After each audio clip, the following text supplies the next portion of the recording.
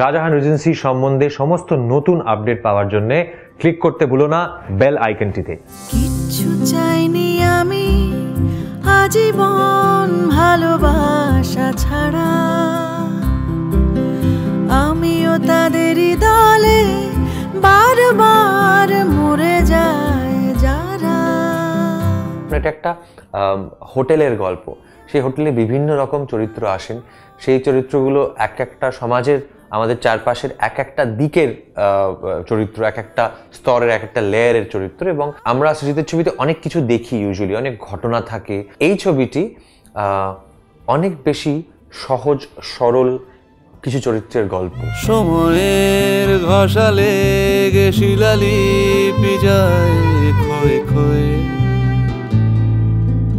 আমি একা বসে থাকি প্রেমিকের অপেক্ষা হয়ে। আর একটা জিনিস না বললেই নয়, I think the performances in this particular film are remarkable, absolutely.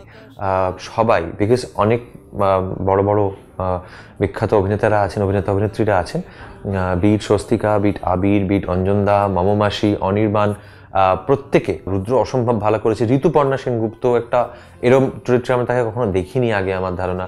তাকে দেখতে পাবো আমরা। ঋতুদি কে বেশ কিছুটা খাটতে হয়েছে, সেটা আমরা সাক্ষী। কেন, সেটা ছবিটা দেখলে আপনারা বুঝতে পারবেন।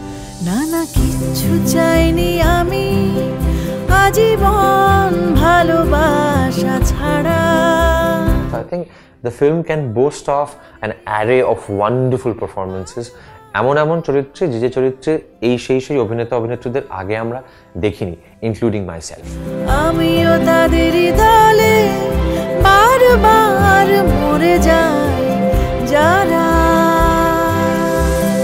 যদি এই ভিডিওটি ভালো লেগে থাকে তাহলে অবশ্যই লাইক করো, কমেন্ট করো, শেয়ার করো এবং সাবস্ক্রাইব করতে ভুলো না সঙ্গীত বাংলার অফিসিয়াল ইউটিউব চ্যানেলটিকে।